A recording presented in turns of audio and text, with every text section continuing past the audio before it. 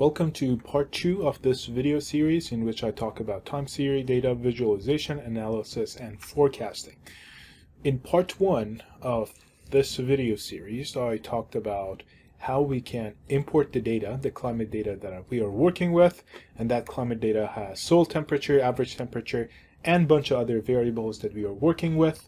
We set the time column of the data frame into the index for that, and then we visualize the data to see the variations of the data over time. And this is the data that we have. It starts from 2014 all the way to 2023, actually January 1st of 2023. So this was what we talked about in our first part of this video. If you haven't watched that video, I'm going to link it over here so you can watch that. The data also is available in the description section of this video. I'm going to run everything to make sure that all the libraries are imported and all the data frames are correct, and then start talking about what we're going to talk about today. So today, again, we're going to focus on visualization. I have 3 different types of plots that I want to show you. Density plots, or KDE plots, or ridge plots, box plots, and violin plots. Let's start with overlapping densities or ridge plots. I am pretty sure that you have seen the kernel density estimates and the plots and how they look like. In other words, they tell you the continuous probability distribution of your data. So I am going to show you KDE plots for soil temperature, but you can do it for any of these variables over here. I'm going to show it for soil temperature. In order to do that, we need to separate the years and months in different columns, right? So in order to do that, I'm going to take the index of my data frame and tell Python that this is the index of my data frame. I'm going to convert that to a string and tell Python what is the format of that index of the data frame, right? So just to show you how that's going to look like, I'm going to show you the first essentially item of that list to show you how it looks like. So when I run it, you will see that right now this is the year over here, and then month, and then day, and this is hour, minute, and second, right? So now this is a string. Now if I want to select the year, I just need to select the these 4 from this string. If I want to select month, I need to select these 2. And if I want to select the day, I need to select this, right? So let me convert this to a comment. We don't need it anymore. So right now, I'm going to create a list of all the years that exist in my data frame. So what I'm going to do, I'm going to create a list called years list, and then over here I have a for loop. So again, in this string over here, from 0 to 4, which means these 4 items would be a year, right? And if I do that for all rows of my data frame, I'll have a list of years, right? So again, just to show you how it will look like, I'm going to print it over here so you can see how it will look like.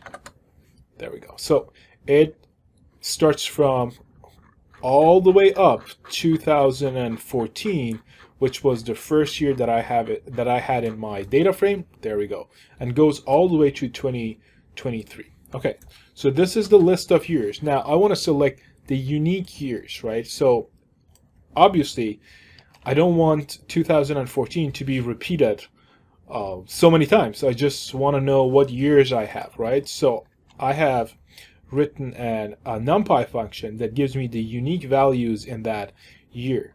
And then if I again want to print that for you to show you how it will look like, so let's do this and run. Okay, so you can see that right now I only have 2014 all the way to 2023. These are the unique years in my data frame. So Also, I'm going to create a list of all the months that I have. So again, create a list of all the months. And the number of character was from 5 to 7 from this list over here. And eventually I'm gonna create another, let me actually show you how this is gonna look like too. Why not? Would be month. There we go. Let's print it. There we go. These are all the months that I have for every row of my data frame, and I'm going to show you why this is going to be important. And the last thing that I want to create is a list year and month together, right? So starting from the beginning, 0 all the way to 7. This gives me this the 7th character. This gives me a list that looks like this. Let me print it for you. So a year and month together. This would be good for graphing purposes that I'm going to show you later. Comment this out. Okay, so this is essentially a set of lists that I have created. Now what I want to do, I want to append these lists that I have created to my data frame. What do I mean by that? It's actually pretty simple. So I'm going to create columns in my data frame df. One column is called ym, and I'm going to append ym list this to the data frame. Similarly for year and month. So now I'm going to show you, let's show you the top 3 rows of the data frame, for example, to see how it looks like. Okay, so now you can see, in addition to everything else that I have added 3 columns to this list. ym, which is year and month for every row. And these 3 columns correspond to the index column of my data frame. So I can show you the tail or the end of the data frame to you as well. You can see that it matches the index column of my data frame. All right, so now that I have added this, I'm going to show you why these are going to be useful. So let's add another code cell over here. I'm going to write a function that helps me to create that ridge plot. So the function is this. It's actually nothing complicated. I have provided you with a couple of links over here, so you can click on these links and understand what this function is. It essentially uses Seaborn to create the ridge plots for us, because Seaborn has a ridge plot function too. And this reminds me that before doing any of these, I need to import Seaborn as well. So I'm going to import Seaborn as SNS, so then I can call Seaborn and do this. Some of these are pretty easy. I have made some comments over here. If you want to change this later, you'll be able to do that. But right now, let's just run this. We don't need to know what it does. What we need to know is that I have defined the function over here, and the function is called KDE, and KDE, as I have mentioned over here, stands for kernel density estimate. So it's going to create a ridge plot for me. I'm going to give it my data frame. I am going to give it the column name that I want to, time, and the title. And based on that, it's going to create that beautiful ridge plot for me. Okay, so the first ridge plot that I want to create is going to be based on a year. What do I mean by that? So I'm going to give my program, the code, 1 year, let's say 2021, and ask the function to create the ridge plots for the soil temperature at the depth of 1 centimeter for me. So how do I do that? This is how it's done. So you need to create a palette. This PAL stands for palette, and the palette is the color scheme of your graph, right? And then I have given this list some unique numbers. I have asked NumPy to create a list of unique months for me. So this will determine how many plots you will have in your figure. So how many unique months do we have? Overall, we have 12 unique months, right? From January all the way to December. Right? And the palette right now is crest. You can change this palette to whatever you want to. And this is the function that I am calling. And the function was right over here, right? My input is going to be my data frame. And I'm going to give it only 1 year. So what part of the data frame? All the rows that have year equal to 2021. I want to create the ridge plot for me based on the column that has the header of soil temperature at 100 centimeters Celsius. And then this YM is going to be the time frame. Essentially, it's going to tell me how many years I'm going to go. You will see how it comes into play. And the title, I'm going to call it soil temperature. Okay. Now, if I run this, you will see that after a couple of seconds, it's going to create a ridge plot for me that looks like this. All right, now you can see the ridge plot that I have created. You can clearly see that the soil temperature that I defined over here is the label for the x-axis, and the x-axis is the temperature at 100 centimeters, and it's in degrees Celsius. The year that I have selected was 2021, and this YM gives me the different months of 2021, started from January all the way to December. Let's say that I want to change this from 2021 to 2018 and then run it again.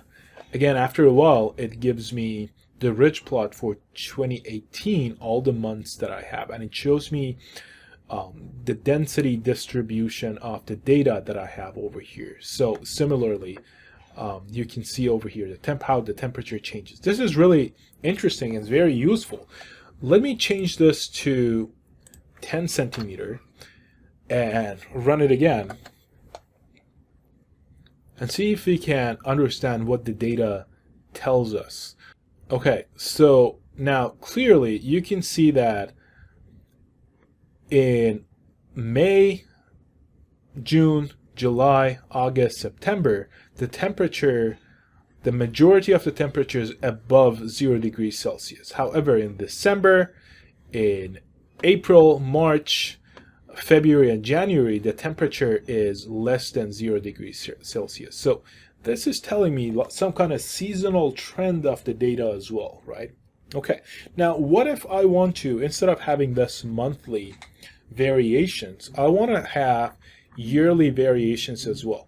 Let's say I want to select a month. I want to select, for example, let's say March, and I want to go and find March in different years and then create the ridge plot for different years, month of March. So we can do that as well. Let's add another code cell over here. This time we are filtering by month, right? So the only thing that you need to change in the above code is you need to understand how many unique years you have, because we are going to iterate through years.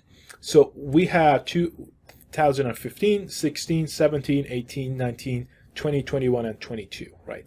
Okay. And then over here, I'm going to select a specific month. As I told you, I'm going to select March. Let's select 50 centimeter soil temperature, and then YM and soil temperature. And I'm going to run this. Again, after a couple of seconds, you're going to see that this time I have a ridge plot that varies based on the month of March for every single year that I have in the data set. You are going to ask, why don't you have 2014? Didn't the data start in 2014? But the data starts in November, right? So it doesn't have any March in 2014. So this is another way of actually doing this. I can change this to, let's say, month of June and run it again to see how the temperature distribution changes over different months, and it looks like this. All right. And now you can see that I have also changed the palette from crest to flare, and flare has this color and crest has this color. So if you want to play with this, it's actually pretty easy to figure out this function. You can change the line width, you can adjust how you want these to be close to each other or far from each other. It's a very interesting plot to work with, and it gives you a lot of good data. All right, so that was the ridge plot. The next plot that I want to talk about is called box plot, and I'm pretty sure you have seen the box plot. This is another way of statistically show your data. The best summary that I can tell you in one sentence is written over here.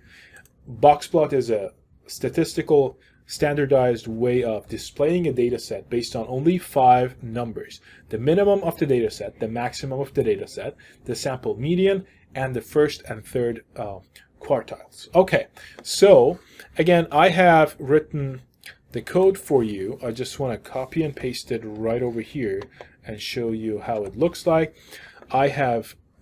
I'm going to show you two different graphs. One year by year box plot, and the other one is month by month box plot. So I have one row and 2 columns of figures, figure size, and DPI. The first one, x-axis would be year, and y-axis is soil temperature at 50 centimeters. And the second graph is going to be month by month. So my x would be all the months, and y would be soil temperature at 50 centimeters, right? Okay, so I have set the title for each axis and the font size, and now I'm going to run the cell to show you how these box plots will look like. So this gives you a lot of information year by year, so you can see the overall trend. And notice that 2014 and 2023 are a little bit weird because I don't have a lot of data for 2014 and 2023. For 2023, I have only 1 day of data, January 1st, and for 2014, I have only November and December. That's why they look a little bit weird. And this is the monthly trend. This tells me the seasonal trend. And obviously, I can imagine that seasonal trend, as we go to January and February, the temperature is going to go down, and as we get closer to the summer, temperature goes up. So the monthly, month by month, or seasonal box plot makes sense as well. These types of plots also called box and whiskers, because so the box is obvious, these lines are called whiskers. Okay, and the last thing that I want to show you is the violin plot. The violin plots are something in between, a combination of box plots and ridge plots. So in addition to give you the range, they will give you the distribution as well. They're very, very actually interesting, and they look pretty cool as well. So again, I'm going to use Seaborn to do that. And the code is very similar to boxplot. The only thing that I have changed, instead of having sns.boxplot, I have sns.violinplot, right? Everything else is the same. You'll notice that I have this last line to adjust the location, the position of the plots, and I will show you how it works. Let me run this first. So, and these are the violin plots, year by year and month by month. You can see that they are very similar to box plots. Also, they are very similar to ridge plots because they give you the distribution and the frequency of the data that you have for each year and each month as well. Now, I wanted to tell you what I have this last line over here. So, left, bottom, right, top, width space, and height space will allow you to adjust the location of these two from each other. For example, if I add h space of 0.9, for example, and run this again, you will see that there would be a huge gap between the two. And if I do this like 0.01 and run this, you can see that right now this is not good because these are too close to each other. So it's a little bit of trial and error to find out the exact amount of h space or height space that you want right over here. Okay, so this video was all about visualization. I did not focus on the meaning of these plots, so I trust that you know the meaning of these plots. If you don't know the meaning of these plots and how to interpret the data in these plots, you can easily do a quick search online and find how to interpret these plots. All right, I'm gonna see you in the next part of this video to talk about analysis.